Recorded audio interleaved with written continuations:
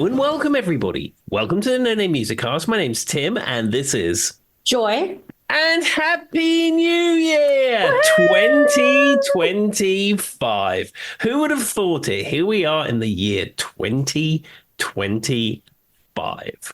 The crazy part is this is actually like post all the 80s movies everybody's been talking about. You know what I mean, Tim? All the dates when they predicted the future. We're like past that now. Yeah, Weird. I certainly know for The Running Man and for Back to the Future 2. And there's a few other sort of, Soylent Green is another one. All of those are now way in the past.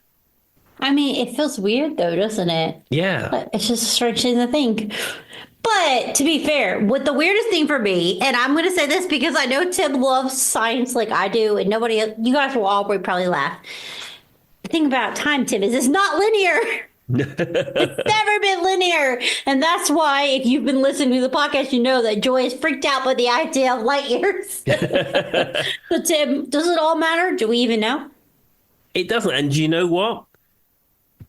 Those spaceships that go through space, most of those are run by explosions. I like Tim's those spaceships that go through space. Where are the spaceships going if they're not going through space? All right. Well, the spaceships before they exit the atmosphere, they're not a spaceship at that point. I mean, I guess is that what's the definition of space? Because I actually don't know. I think it's called the Kármán line or the Harmon line. I think it's the Kármán line, and it's like so many miles outside the atmosphere. That's what NASA say. When you cross the Kármán line, that's when you're officially in space. Tim could literally say, like, you could pass the M&M Twix line, and I'd be like, sure, because I have no clue. Sounds right, though, Tim. I think you're smart. Okay, yeah. The Kármán line is the definition of the boundary of space. All right, Tim has defined. He is very smart, everybody. And it's between 80 and 100 kilometers, 50 to 62 miles above mean sea level. Well, that sounds tall, I guess. And that's why they say the Jeff Bezos Blue Origin spaceship thing. That crosses the Kármán line. SpaceX crosses the Kármán line, but the one the Richard Branson Virgin Galactic does not cross the Kármán line. Oh, okay. That's so even though you experience microgravity, by NASA's definition, you're not in space. That might be the nerdiest thing Tim's ever said on this podcast, but we'll take it. We love that for him. And space, yay!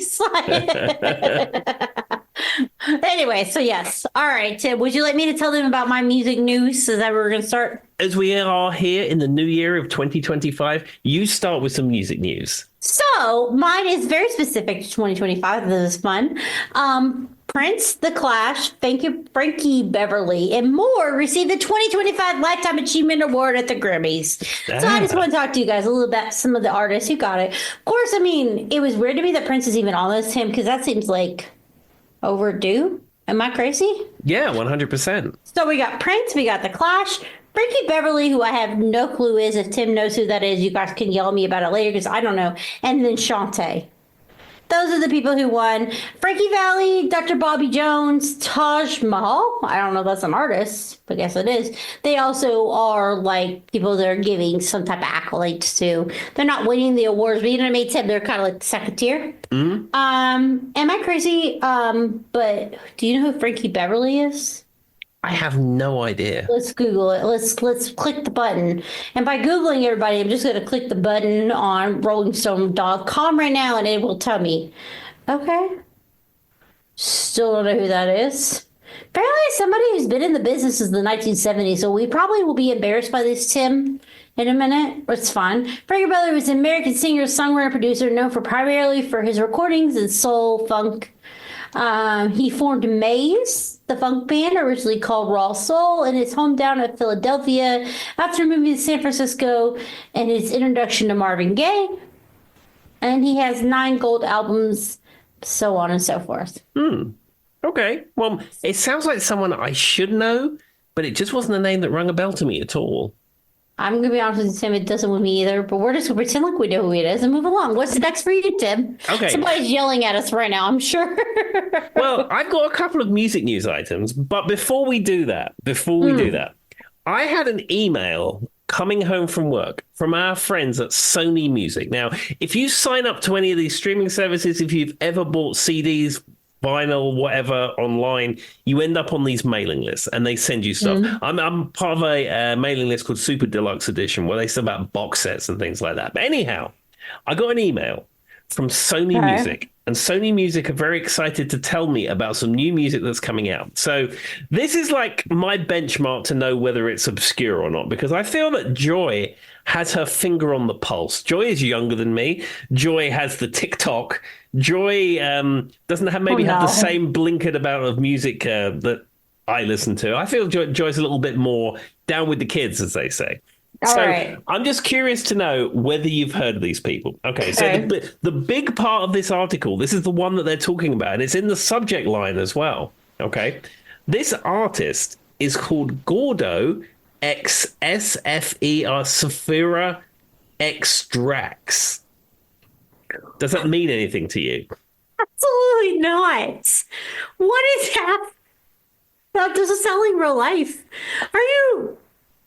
What? Yeah. No. Gordo X Sephira X Drax. I have no clue what Tim's saying. I feel like this is the next movie in the world. Tim, are you having an aneurysm? Because I don't know what's happening.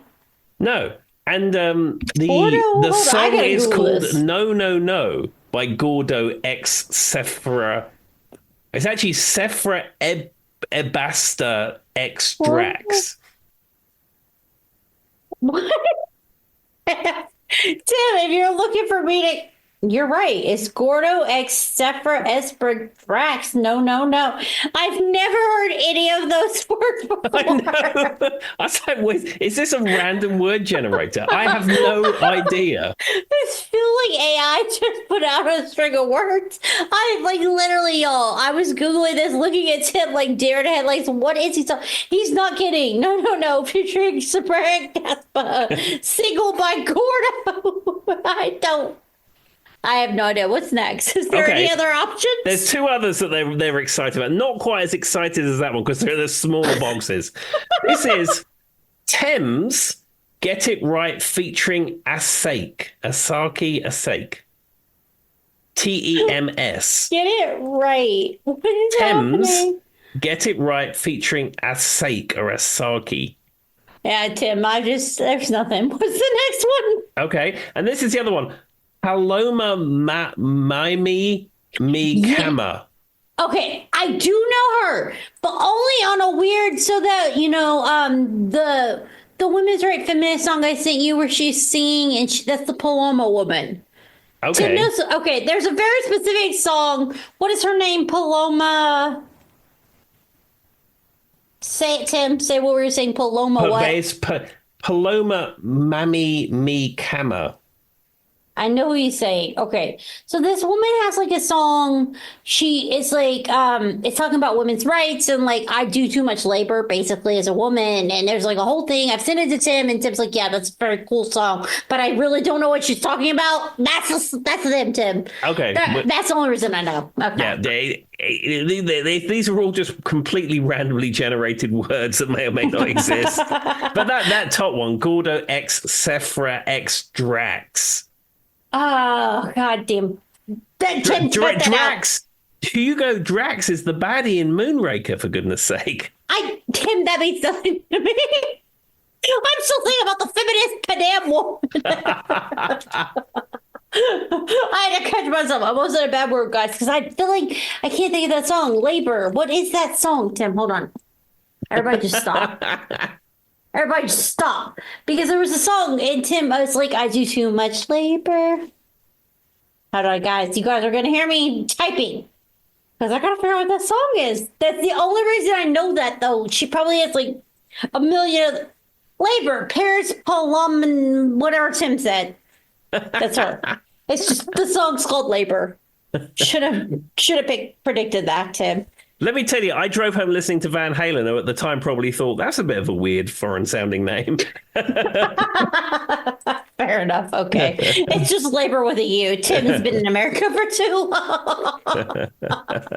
All right, Tim. Well, it is your episode. What are you going to grace us with? Well, I actually have two, before we get into the episode, I have two quick music news items.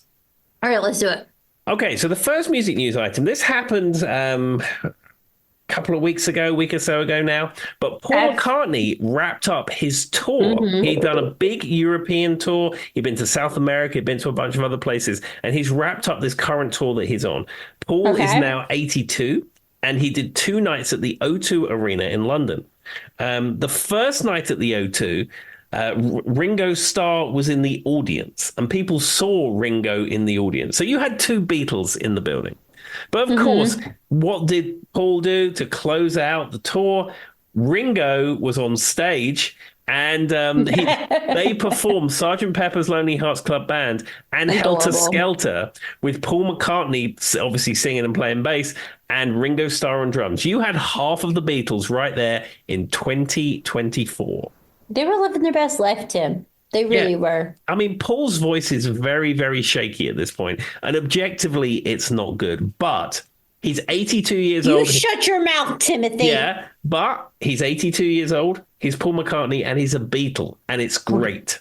We just don't ever say it, Tim. Let him live his best life. He doesn't hear any of the negativity. And people still want to go and see him, and it's fantastic. He also had Ronnie Wood sitting on a song as well. They did Get Back. And the other thing that was cool is that, as you probably know, Paul McCartney plays a Hofner bass guitar. And even if you don't know it's a Hofner, it's like a tiny little bass that looks like a violin body. You've probably seen it. Yeah. And his original one he bought in Hamburg when the Beatles were out there. And the very first Beatles album was played on that Hofner bass, and that's the bass he played at the Cavern Club. And shortly after that, the bass got stolen, and it was never seen again. And there's been an internet campaign for the last 20-something years to get Paul's bass back and get it back to him. I've seen some of that. Yeah.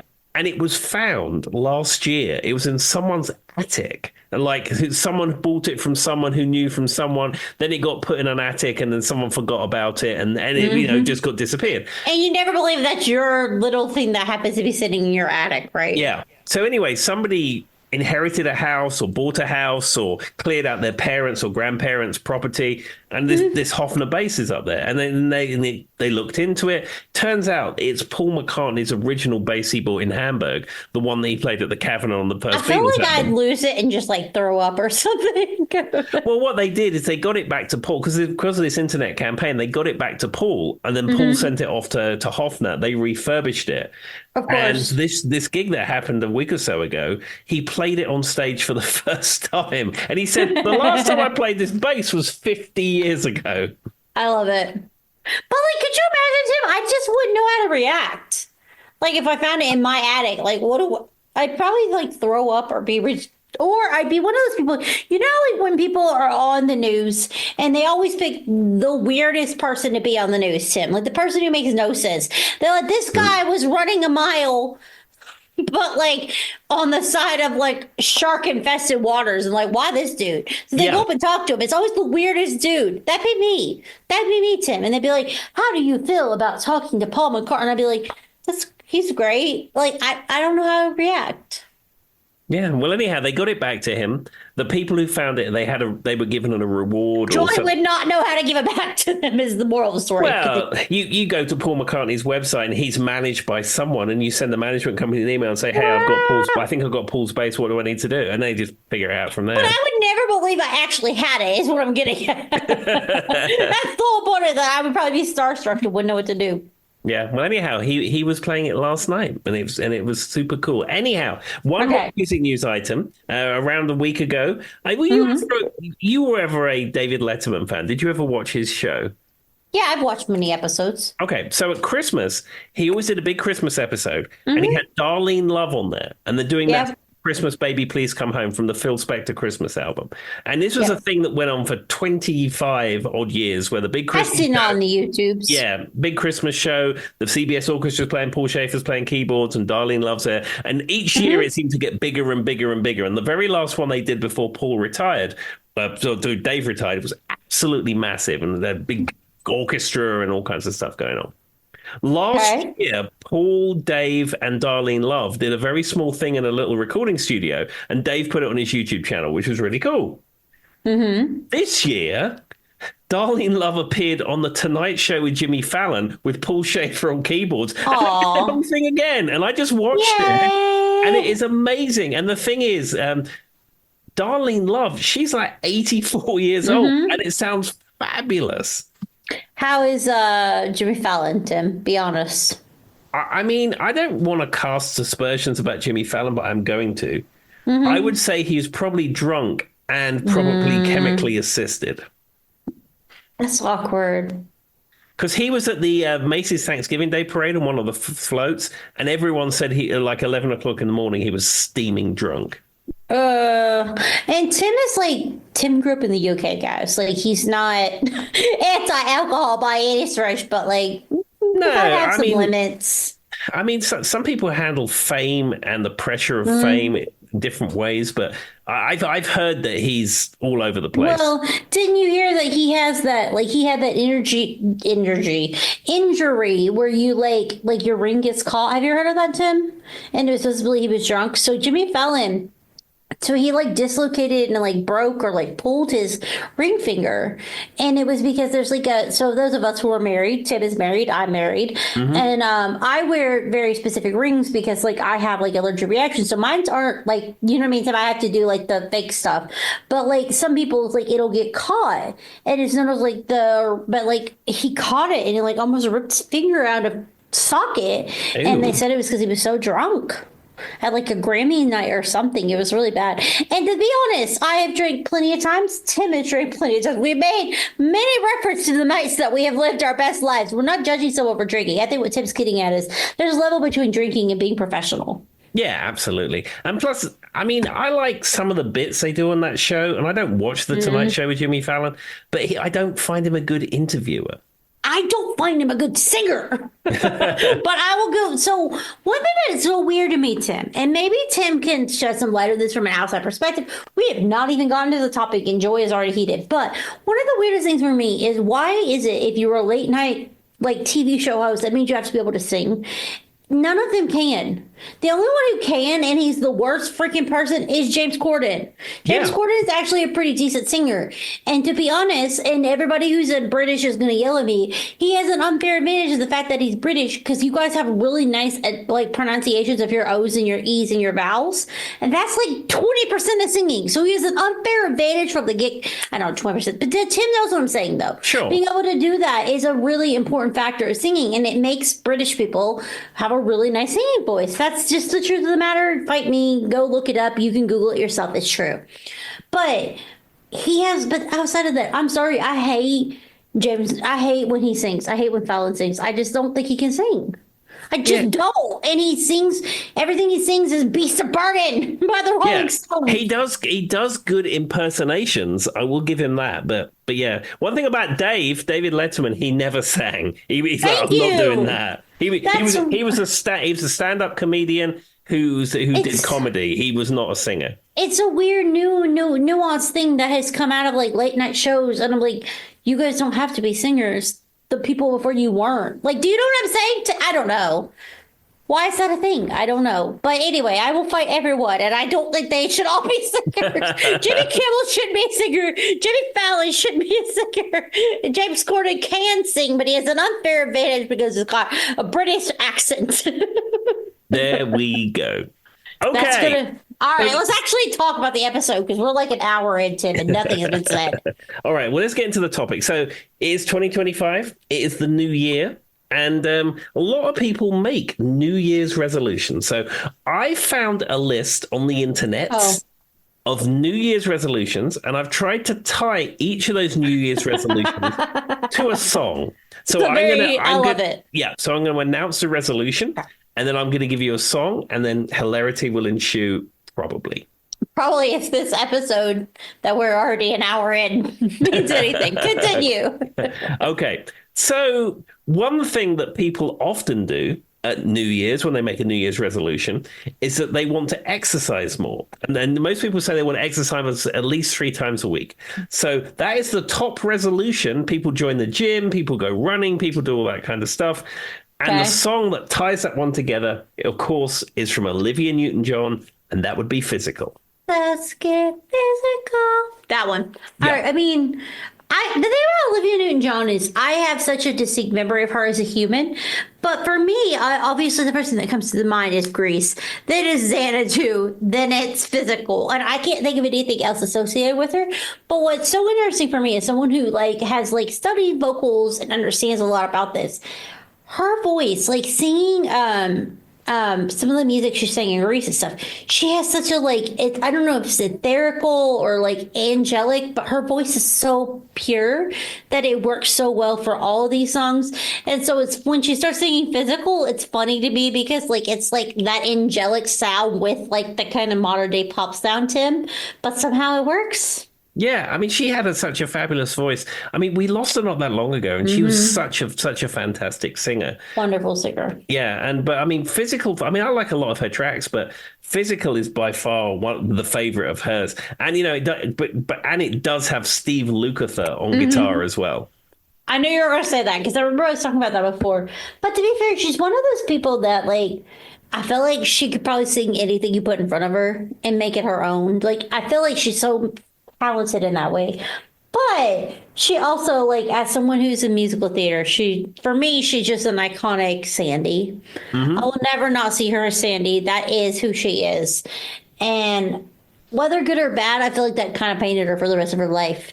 But that song is the ones, I mean, to be fair, outside of Xanadu, I don't know much about her, but I do love her voice, and I think that she had that lovely, etherical, angelic sound that you don't get from many other people. Absolutely. And I think it's probably that sort of musical theatre, musical type thing, which with having the purity of voice, because you find a lot of Broadway singers do have a purity in their voice because often they have to project on stage and they have to sing night after night after night. And if you've got a rock and roll rasp in your voice, you're going to burn that thing out. To turn that out. Yeah, Tim's right. I didn't even think about that, but that's probably what it is. She's not such a projecting when she sings, but she does a really good job at it. Absolutely. Well, rock in peace, Olivia Newton-John. You left behind some great music for us to enjoy. The other thing is I was really sad when she passed away because there was somebody else Tim might know who passed away right around the same time, and I think it overshadowed her death. But anyway, I don't remember who it was, though. I can't remember. But let's not dwell on that, Joy. Okay, well, anyway, moving along. Tim's we're not going to talk about that. Okay. All right, what's next? So another New Year's resolution that many people say is that they want to drink more water. Okay. Just generally, it came up in a lot of lists of people New Year's resolutions they make. I like how I picked up water as you said that. Let me just take a sip. I mean, personally, I drink a lot of water. I mean, the only things I drink really are water, juice, unsweet tea, and that's about it, really. How very British of you. Joy drinks water, coffee, and sugar-free Coke. Yeah, I stopped drinking fizzy drinks or soda or whatever you want to call it when I stopped eating meat. So I haven't drank Coke or Diet Coke, Pepsi or anything like that for about 6-7 years now. Well, some of us still occasionally drink sugar-free Coke. It sort of messes up my plumbing, if you like, if I drink soda, which is another reason why I stopped drinking it. Wonderful. Everybody's wondering about that tip. Anyway, so moving along. So the song that I have, which ties that together, that would be from our friends TLC and Waterfalls. I predicted that. What's funny, though, is I feel like, Tim, and be honest, how much did you know of TLC till Joy made you listen to TLC? I knew some of the hits from this album. Yeah. And the very first time I went to the Rock and Roll Hall of Fame, they had outfits from TLC from one of their pop videos where the belt buckle lit up and did stuff. Yes, which was the thing about so for those who don't understand, TLC is an early 2000s kind of R&B. They had great singing, so they had a really nice version of kind of like if you think of In Vogue in the sense that they had nice singing voices. but they were more of a pop act or an R&B or even rap act because they kind of played on the rap sound, right? Because you had Chili who did a little bit more rapping and things like that. But I forced him, in all seriousness, gun to his head as an American, gun to his head. It made him listen to TLC, and he appreciates them. But Waterfalls is their most. I mean, even if you don't like them, you've heard that song. I feel like, right, Tim? Yeah, it was around at the time. I heard it at the time. I probably wrote them off as like three attractive people in a row singing in unison type thing. But I mean, I you're don't not know. wrong. Yeah, but I mean, it's a good catchy song. I mean, I think it still holds up. Well, I think the thing about Waterfalls, though, is it does hold up because it's talking about very specific things. So in the song, she's talking about don't go chasing waterfalls, stick to the roads and the lakes that you used to. And the thing about it is there's a whole thing about the AIDS epidemic in the middle of the song. There's about homelessness. Like, it has those pieces in it. You know what I mean, Tim? They're talking about things that are still true to this day. Now, for what it's worth, and this song did come out in the early 90s when the AIDS epidemic was just past its height, and there was a lot of scariness. And Tim and me both talked about, and we are very thankful for people like Elton John and people who put a lot of money in this. It's not a death sentence anymore the way like AIDS used to be, and that's wonderful. But when this song came out, that's what it was singing about. Gotcha. There you go, everybody. I feel like I just gave everybody like a come to church moment, but that's what it was about. Like, it was a lot of things about like, don't go chase waterfalls. Stick to what you know, because there's people like doing bad things and they end up with AIDS. There we There are. you go, everybody. Thank you, Joy. Thank you for that public service announcement. Feels like we just took this is the New Year's episode, Tim, and made it very negative. What's next? Go positive. Okay, so another New Year's resolution that came up again on a number of lists was start a journaling habit. And in fact, the new iPhone and the new operating system of the iPhone I saw this. has a built-in journaling thing. I have not used it. I haven't disabled it, but I have not used it. But that was a whole thing in the iOS 18, this new journal or whatever it was called. Anyhow, this is something that a lot of people aspire to do. And the song that I've got to tie that in would be Barry Manilow and I Write the Songs. I mean, Barry Manilow is one of those people that I forget about. But I have very distinct memories of him. So there's this, Tim's gonna be like, Joy, of course you have a very distinct memory. But there is a 90s movie that's making fun of others' 90s movies. Anyway, and it's like, you know, your classic high school, whatever. And in the thing, they have like a whole Barry Manilow segment. And what this matters, though, is I promise you guys, listen. So what's funny is Mandy, the song Mandy, the girl that he's in love with, her name is Mandy Barry Manilow. So he's like, Mandy's never paid attention to me. And then he like is on the side of the road. And this like girl who is drunk and working from a hotel, and it's not as funny as you think, walks up and she says her name is Mandy, and this man is obsessed with the idea of Mandy. And as soon as he turned on the radio, Barry Manilow starts playing, and it's Mandy. And I know everybody's like, wow, Joy, that's such a weird niche thing. But for some reason, that's all I think of when I think of Barry Manilow to this day, Tim. Very 90s niche movie that no one else cares about. I mean, personally speaking, I think of the Coca Cabana where music and passion is always in fashion, but that's just me. Well, Joy has a very specific moment in her life for some reason, and she thinks of Mandy from Barry Manilow. But to be honest, the song you mentioned is better than Mandy.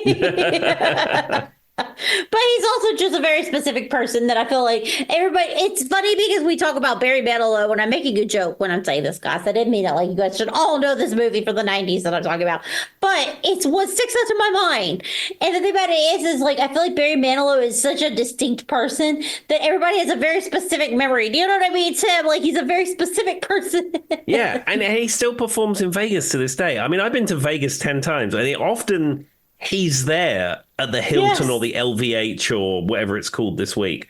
But I really feel I should have seen him by now. But I have to say something. Can I be the only person who thinks Barry Manilow looks exactly like Rod Stewart? Tim, no, I need you to get on your computer device right now and Google Rod Stewart looks like Barry Manilow or Barry Manilow looks like Rod Stewart.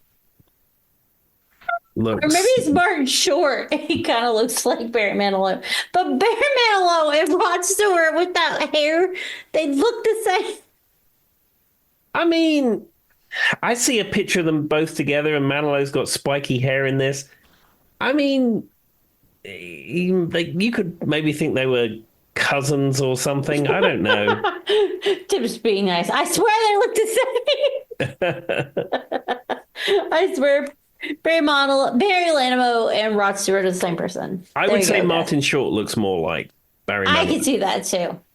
After I said that, I was like, okay, maybe I'm wrong. But to be fair, they do look similar, everybody. Google it. It's a thing. All right, what's next, Tim? Okay. So one thing that a lot of people do, and they enter the new year, is maybe think about looking for a new job. They think the new year is here, new beginnings. We're in January.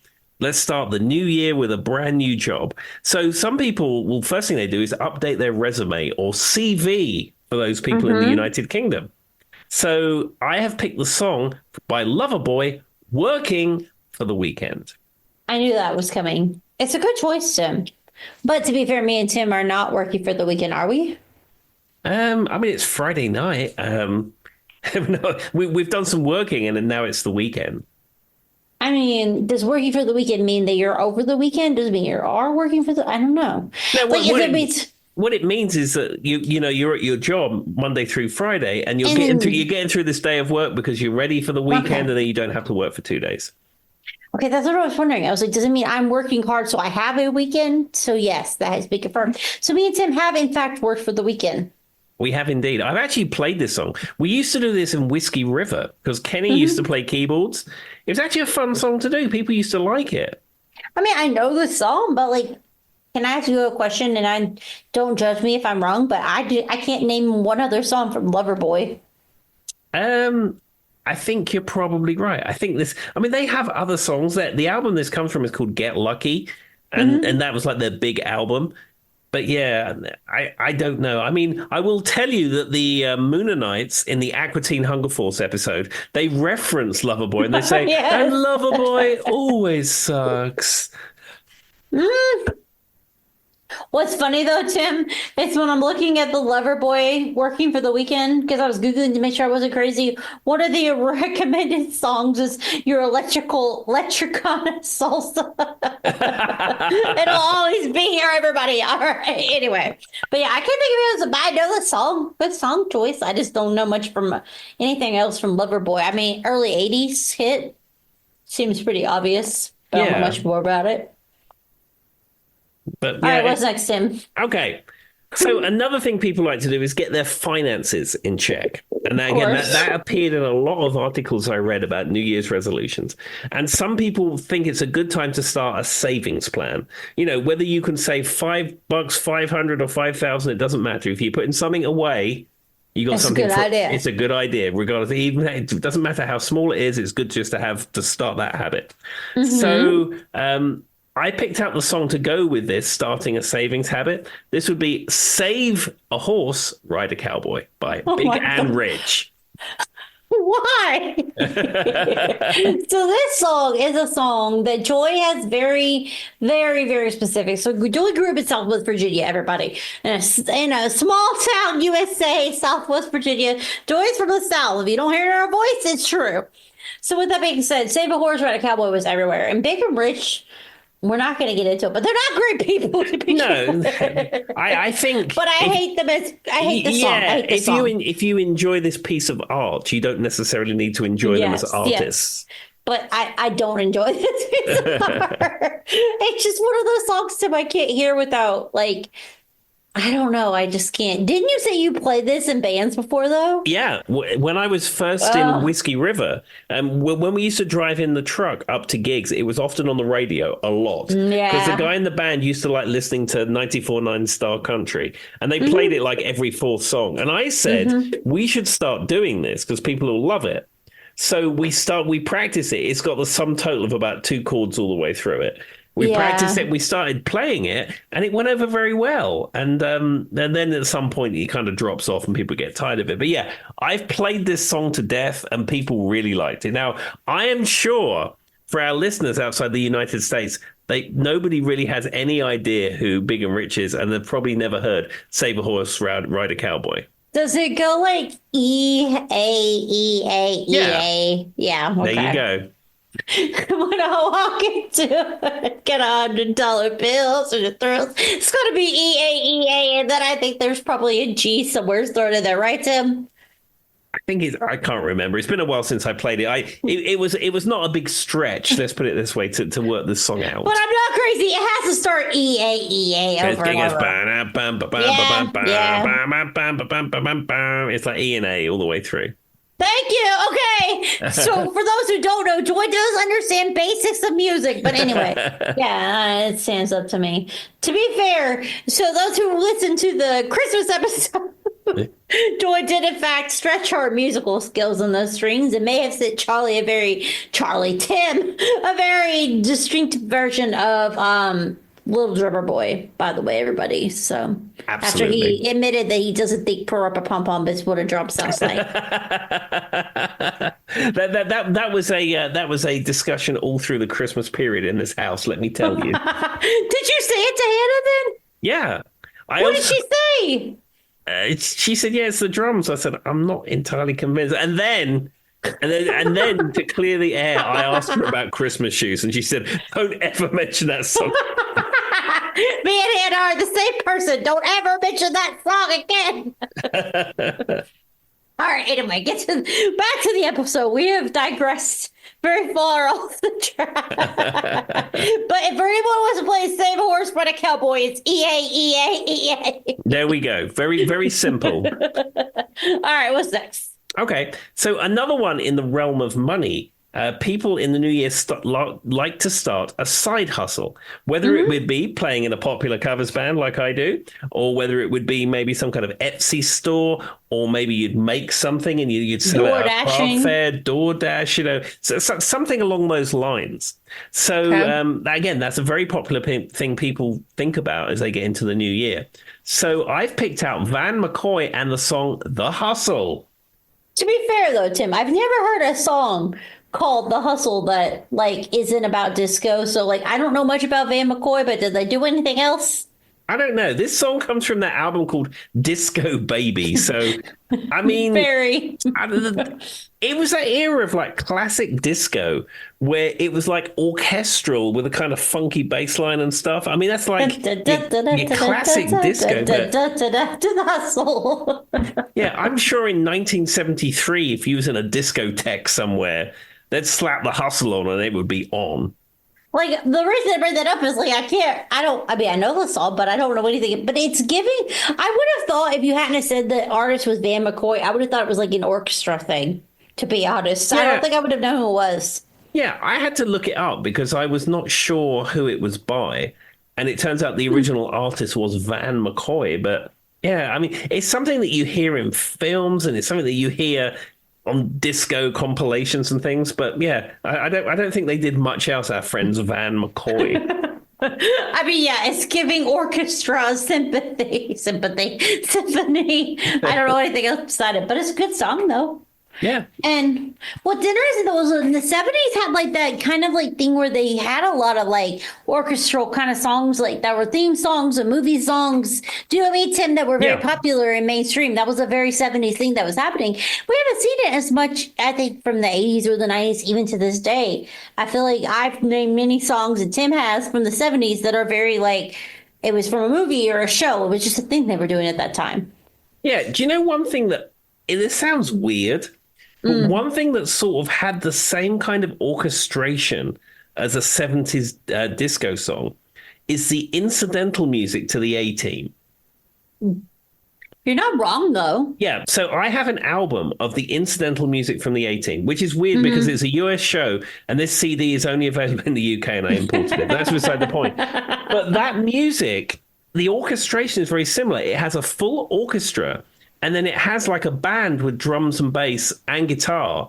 Okay. And it's though they're not playing funky disco grooves. So some of the songs are a little bit funky, but it's the same kind of idea, the way that it's scored, which is very interesting. You know, I never really thought about it, but then you say that, I get what you're getting for. Shaft had the same thing. Like, there was the whole Shaft kind of thing. We talked about Love Boat was famously that kind of thing. There's just many different things in the 70s that I feel like got that. So it's not surprising to me that 18 would be that. But I hadn't really thought about the incidental music, like you're talking about, like the kind of background music, but it was always very stereophonic. Orchestralia? That's not a word. Orchestra. Orchestralia. Yeah, all the orchestras in Australia, Joy. Let's talk about them. If you're listening from Australia, we know of at least one listener who's in Australia. Writes to me very often. Obviously, you guys have all the orchestras. Anyway, but Tim gets what I'm saying. That doesn't surprise me, though. It fits. There you go, guys. Hot off the presses from the 1970s, Tim just realized that it was very Australia. All right, what's next? Okay, so another thing that people like to do as a New Year's resolution is to try and plan regular date nights with a partner. Now, you know, you work and you have commitments, you may have children, you may have pets, and sometimes sort of taking a partner out on a date sometimes falls by the wayside. Spending quality time to spend with your significant other. So one thing for New Year's resolutions, people think, well, maybe once a month, once every 2 weeks, once every period of time, we'll go out on a date night, and it'll just be a time where you and a partner will go out and do that. Okay. And the song that I've picked out, because you'd probably go out in the night, you wouldn't necessarily go out in the daytime, and I've picked the song by the Moody Blues, Nights in White Satin. What a wonderful what another one-hit wonder, though, Tim. I can't think of anything else Moody Blues has ever done. Can you? I'm a singer in a rock and roll band, Forever Autumn. Okay, well, now I lie, because now that Tim says that, I do know that there are many other songs. I mean, Justin Hayward, the singer from the Moody Blues. I saw Justin Hayward in that War of the Worlds musical in Cardiff years ago. I also said that I feel now that Tim said that he's not wrong. Because Gemini Dream, I know you're somewhere out. Dang it, guys. Okay, everybody just ignore me. But to be fair, Nights of White Satin is a very specific song that you don't hear from anybody else. Okay, well, the thing about it is, though, is good choice, though, Tim. That's a song that's never been talked about on this podcast. No, I have a live album of the Moody Blues from Red Rocks, which is a great venue out west, and it's absolutely fantastic. I think the Moody Blues are not touring as a touring entity at the moment, or haven't done for a while. Justin Hayward was touring like an acoustic type thing. He was singing and playing guitar with a piano player or something a few years ago. And Hannah and I looked into going, and I think the closest venue was it was further, it was like Richmond or Raleigh or something like that. I'm still frustrated about the fact that now that Tim said 37 songs, I realize they do have quite a bit. But do you think are they one of those bands that people come and people go? I'm not super familiar with the lineup of the Moody Blues. I mean, Justin Hayward is the person I know from the Moody Blues. And really, I think the songs on the War of the Worlds, Jeff Wayne, the songs sung by him. I know from them. Yeah, Forever Autumn and stuff like that. And I don't know, I think that's his best work. But, the Moody Blues has some great music. Okay, Tim makes a good point, because that is probably what I would know if you had to put me on the spot. Fair enough. Well, I hope at some point in time we see them and they don't listen to this podcast, because I feel embarrassed now. What's next? Well, I think Justin Hayward listens occasionally, but if you're listening, Justin, please maybe you could forgive us a little bit. Joyce does know some of those songs. She just didn't realize she didn't know those. Continue. What's next? There we are. Okay. So another New Year's resolution that a lot of people have is to let go of grudges and practice a little bit of forgiveness. You think you build up all this kind of thing, and then you think, do you know what? It really doesn't matter. I've never really felt anger towards anyone, Tim. You've never seen me be aggressive or anything. Not once. No, not in the slightest, Joy. You're as mellow as they come. All right, what's next? How much should I have to pay him to say that? Well, the song that I've picked out is a Don Henley song called The Heart of the Matter. And the reason I picked this out because it has a recurring line that says forgiveness. That does feel very specific. Now, what's funny is Don Henley is one of those people that everybody has like, he sings American Pie or whatever. But what I'm getting at though is like Charlie didn't know who he was till yesterday, by the way, Tim. This is very funny you bring this up. He didn't know who the drummer from the Eagles was. Well, the other thing about it is he just didn't know, like we were talking about Don Henley and I said something to him about it and he was like, what do you mean? And I was like, Don Henley, like we literally yesterday, Tim, had a whole conversation about who this person was. Didn't even ring a bell to him. And I was like, he even was like married to that girl from Battlestar Galactica.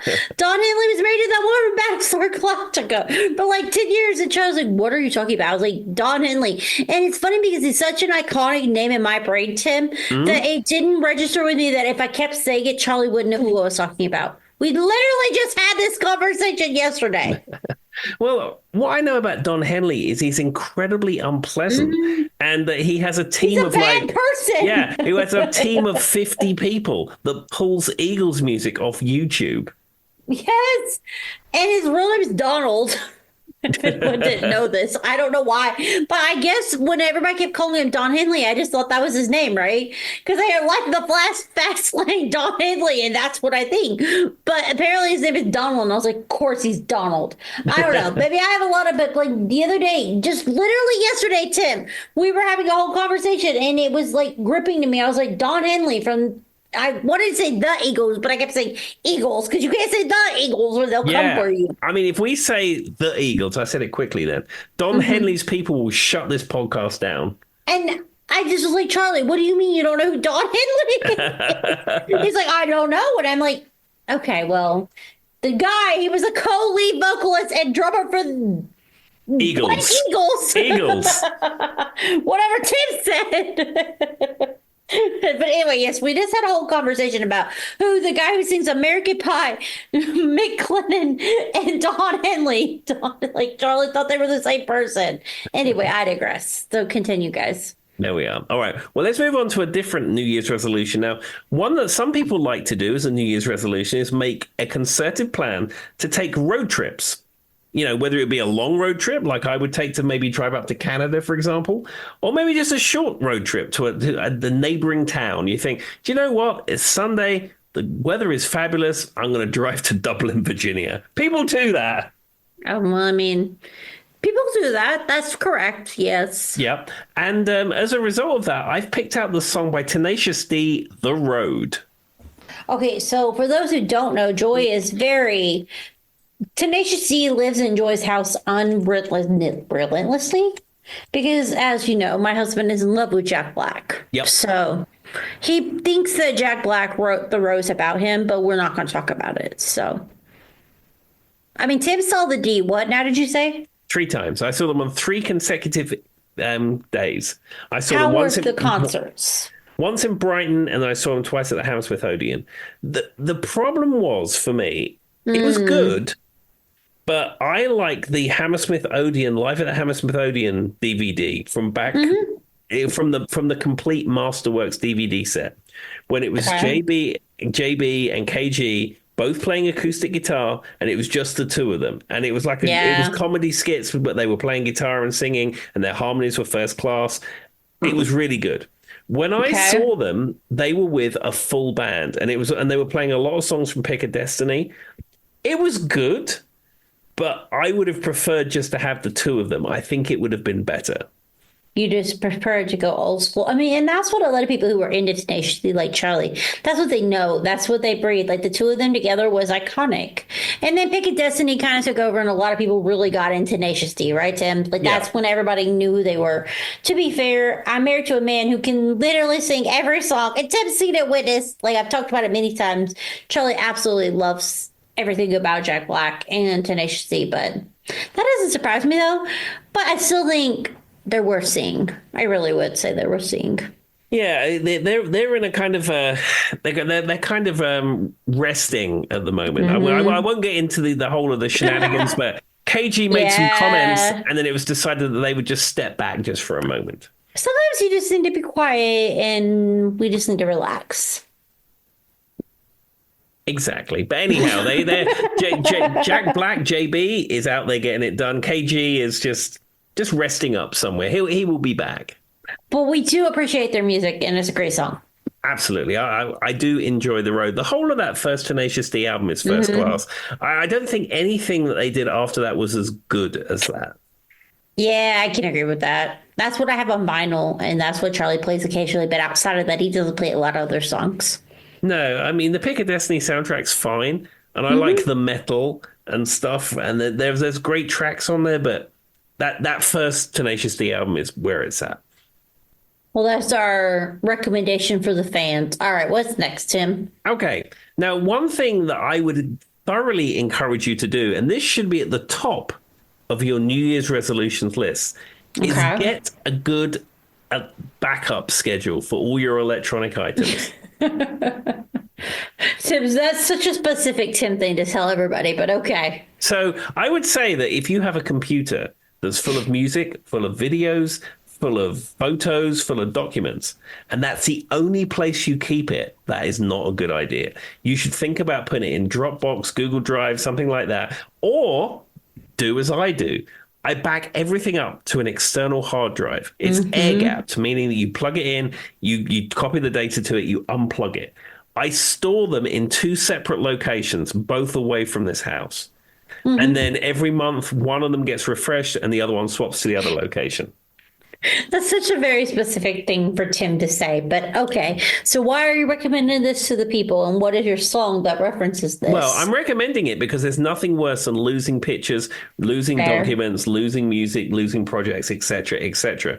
And Okay. you should get a good backup schedule. If even if all you're doing is dragging that stuff into Google Drive once in a while, that's better than nothing. But That's what I do. Yeah, but I go hardcore. External hard drives offsite, and I put things in Google Drive too. But that's just me. And I have network attached storage in the house as well. But that's Lord.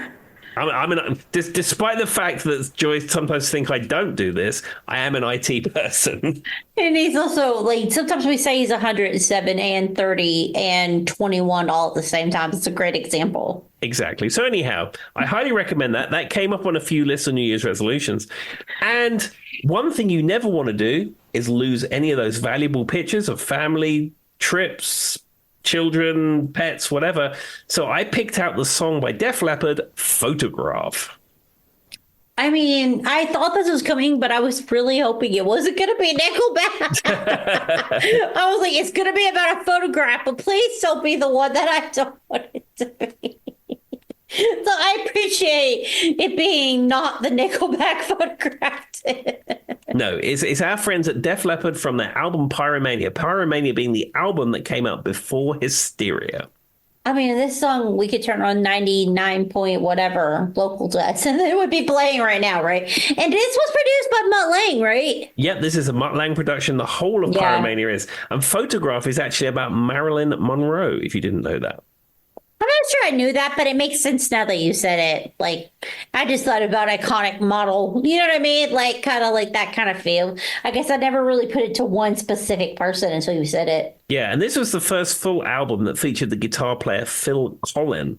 And Phil Collin is the chap, of course, who's the lead guitarist from that point to now in Def Leppard. I mean, Vivian Campbell came in because he replaced Steve Clark when we lost Steve Clark. But it's from that era to date. Phil Collin is the person. And Phil Collin is a gentleman who's in his 60s who has an amazing physique. And like I've said before, a lot of places in the United States, you have to have shoes and shirt to get in. I'm sure when Phil Collins wandering around Southern California where he lives with his muscular torso and he goes into a Walmart, they say, "Don't worry, Mr. Collin, in you come." I had to be like, not to be confused with Phil Collins, which once happened with Joy and Tim. Very, very different. But look up Phil Collins, Collen. That's And correct. you'll see exactly who Tim's talking about. Guitar, he does rhythm, he does backing vocals. Wonderful guitar player, but also he looks fabulous for the age that he's at right now. Absolutely. He is he's a vegan and a bodybuilder. I mean, he looks after himself. He's taking care of the time. But to be fair, I really don't think I've ever thought, Tim. Like, I mean, I know a photograph. I've always thought about like artists and like models and stuff, but I don't think I ever put Marilyn Monroe as the topic of it. So Tim taught me something today. I mean, it makes sense now that I hear it, but I just never really thought about it. Yeah, I mean, I have a Def Leppard. I suppose it probably came off of VHS or a Laserdisc, to be honest, but I have it as a file on my computer called Historia, where they have a little slide talking about the song, and then they play the video, and then it says in there that it was about Marilyn Monroe. It's Tim's version of pop-up video on VH1, everybody. Yeah, but it's more specific. It's 12 songs by Def Leppard. Of course it is. All right, what's next? Well, not everybody can go on a road trip. Not everybody can go on a date night because, times are tough and budgets don't always stretch to doing some things like that. So one thing that was suggested as a New Year's resolution is to go on a staycation, which is stay at home, just stay in the house, maybe play a board game, maybe play cards, maybe... I've done that many times. Yeah, things like that you can do in the house with things you already have that don't cost anything. And maybe you take a few days off work of using your PTO hours, just hang around in the house. Don't do cleaning, don't do that. Just chill out and enjoy your home. And I picked out the song by Shakespeare's sister, and that would be Stay. I mean, good choice, Tim. Another one we haven't really, I don't think we've talked about this at all on the podcast, have we? No, I mean, they had a song called Your History, but I think Stay is probably the biggest song they had. I know who they are, but I wouldn't say that they're like, I don't know, I probably wouldn't have even thought of, I guess I know like 2 or 3 songs from them. Yeah, I think one of them was in Bananarama. Yeah, that's what I was getting ready to say. Like, I vaguely know the song, but good choice. Wouldn't have thought about it, though. Yeah, I mean, I have a copy of the album this comes from, Hormonally Yours. I have that on compact disc. I bought it in a thrift shop for probably less than $1. Of course you did. Where did you buy it, though? Was it in the United States? Was it in the UK? Where were you, Tim? Do you know? I mean, I was here. I mean, when I moved here in 2011, I bought 3 or 4 CDs with me. And the only CDs I bought with me were ones that I played on. I had 3 copies of the Frequency album. I had a demo from a band called Landslide. I had a couple of John O'Leary albums, which I played on. These are all commercially released albums that I had copies of. And there was a couple of other like demo type things. There was a Rough Justice demo that I kept. And it was 5 or 6 CDs. That's all I had. And then I was here a few years before my passion for collecting physical media got kicked up again. So more or less everything I have now, apart from that very small handful, all came from here. Well, that's a very specific thing. I don't know I mean, I guess I probably knew that because you've said it before. I was just curious. Because the thing about it is Shakespeare's Sisters is kind of a very UK-based pop act. Oh, sure. That's what I was thinking. So I was like, I don't know how many people in the UK, not outside of the UK, would even know who they were. I only know this song because I was into that weird trivia UK thing when I was telling you in the early 2000s. But I was like, this was kind of like a pop hit, I think, internationally in the early 90s. But I don't know anything else about them. The Stay With Me, Stay, Stay, Stay over and over again. And the chorus is very iconic in my head. Sure. This was a big hit for them. I'm sure it probably has millions and millions of streams on the Spotify or wherever you get your music these days. The Spotify. Well, Tim, what's next? Let's move on. Let's see if there's anything else cool on the Spotify, as Tim just said. Okay. Let's close this New Year's episode out. Let's close out our 2025 New Year's episode with this one. All right. So again, talking about taking a trip somewhere, sometimes it's fun to go to a new destination, somewhere that you've never been to before. I mean, I'm probably guilty of going to all the places I've been to before. I like going to Canada. I like driving up there. It's like a day of driving and you go to Canada and it's fun. And I've done that many, many times. Timothy, I have good news. Charlie renewed his passport yesterday. Excellent. Well, you can do a road trip to Canada. This is what I was getting at. I've been pushing Tim knows that Joy has been pushing Charles to get his passport redone. Fabulous. Well, I tell you, about 11 hours door to door. If you cross over sort of New York and that way, you go over the Rainbow Bridge, you're straight in Niagara Falls. You are in Canada. And then once you're in Canada, you drive for maybe an hour or a little more, and then you go down the Queen's Expressway, and you will be in Toronto. And my car can bring, I have, Tim actually told me he got my exact car. So for those who don't know, I have a Dodge Journey, and Tim said he took one when he rented a car to Canada because it has kilometers on It does. it. My car, you can go into the settings. The dials are in miles per hour, but in the middle of the cluster, I've got it in digital because it looks exactly like Kit. That's the only reason I Fair, of have course. it. But there's a setting where you can put it in kilometers per hour. And every time I go to Canada, I put it in kilometers per hour because as soon as you cross into Canada, you go over that rainbow bridge and you start driving, and there's a big sign that says, "Hey, dumb Americans, we use kilometers per hour, not miles per hour." It doesn't Yes, say I that, but that's what's exactly remember. implied.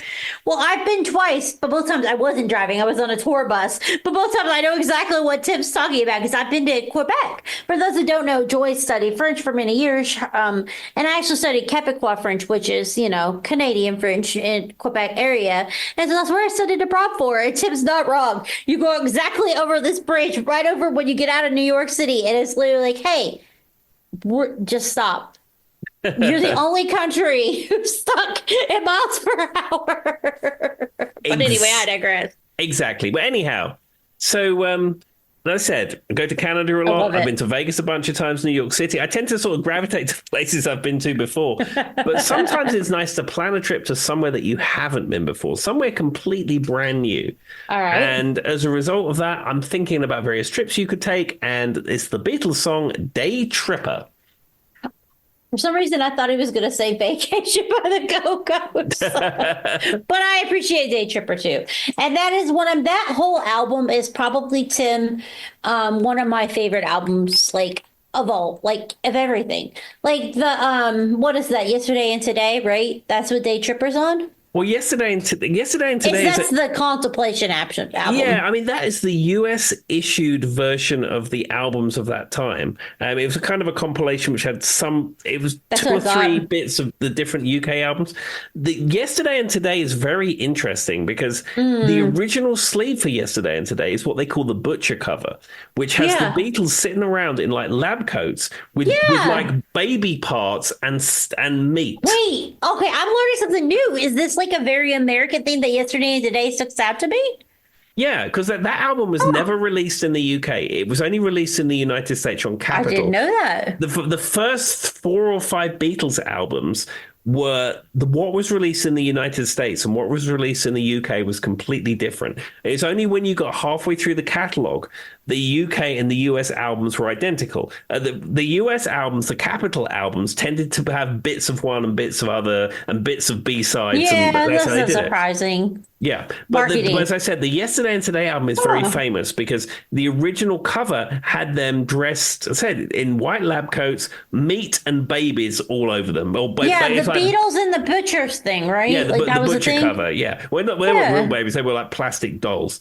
And then they released this, and unsurprisingly, it got recalled almost immediately. Of course. Yeah, and what happened is that some people were able to buy it at retail before it got recalled, but the bulk of this stuff got recalled. Most of them were destroyed. The covers were destroyed, and then they were reprinted. The reprinted cover of Yesterday and Today is them sitting there, and it's like a big tea chest type thing on its side. Yeah, that's the one I know. I know what you're talking about with the babies and like I think Paul McCartney has like what looks like a baby head in his lap, but it's obviously a doll. Like it's not real, y'all. Yeah. So what happened is that they needed to get this album back out to market, so they couldn't get the new cover printed quick enough. And then of course you have to rework them. Someone has to put the records back in the sleeves, etc., etc. Yeah. So what they did is they devised this plan where they got the replacement cover, and it was literally pasted over the top of the existing cover. And then they sent those records back out to retail. But what happened is that people found this cover paste over and peeled it. Now, that's what I had heard too. Yeah. There are various techniques that if you have a butcher cover, how to peel it without damaging the thing underneath. I've seen many articles about how to do this. And if you have either an original or a peeled butcher cover, they go for a ridiculous amount of money. Which me and Tim do not have, of course. Tim, do you have one floating around somewhere? No, absolutely not. Absolutely not. For me, Okay. the Beatles catalog is the UK issue catalog. They did a box set a while ago of the Capitol albums, but I Yeah. didn't get it because it's nothing that really I relate to. I'm Because, sorry, I'm American, Tim. So I well, no, thought because I yesterday didn't and grow up. today. I didn't grow up with that as the Beatles albums. I grew up as the UK catalog being I said it, definitive. and you saw like the lights going off in Tim's head over here. I'm like, yesterday and today, and he's like, she knows. But that's what I think of when I think of that song. But great song choice. And to be fair, Tim is right. I know what he's talking about because if you go look, it's a very iconic. They're sitting there in like lab jackets, and I know Paul McCartney has the baby head in his lap. Yeah, it's Like weird. literally, it's weird. It's like how did this photo shoot happen? And how did anyone at Capitol Records in the US think that would be a good cover for the Beatles? In America, like even so, I'm going to say something controversial, but America tends to be a little bit more religious, right, Tim, than the UK. So why would that even be? I honestly don't know. Very strange. But I know what Tim's talking about. I didn't even think about it when I said it because that's the other thing. One of the coolest things that ever happened to me in my entire life, and this is a true story. When I went to the UK, I was obsessed with Harry Potter. And if you don't like Harry Potter, I know Tim's not big on it, but he'll appreciate this. I didn't. So you have Harry Potter and the Sorcerer's Stone versus the Philosopher's Stone and different things like that. There's a different UK version of the Harry Potter stories. And so when I was in France, one of the things I did, even though I was in France, I found the UK English version of the Harry Potter stories and took them home with me.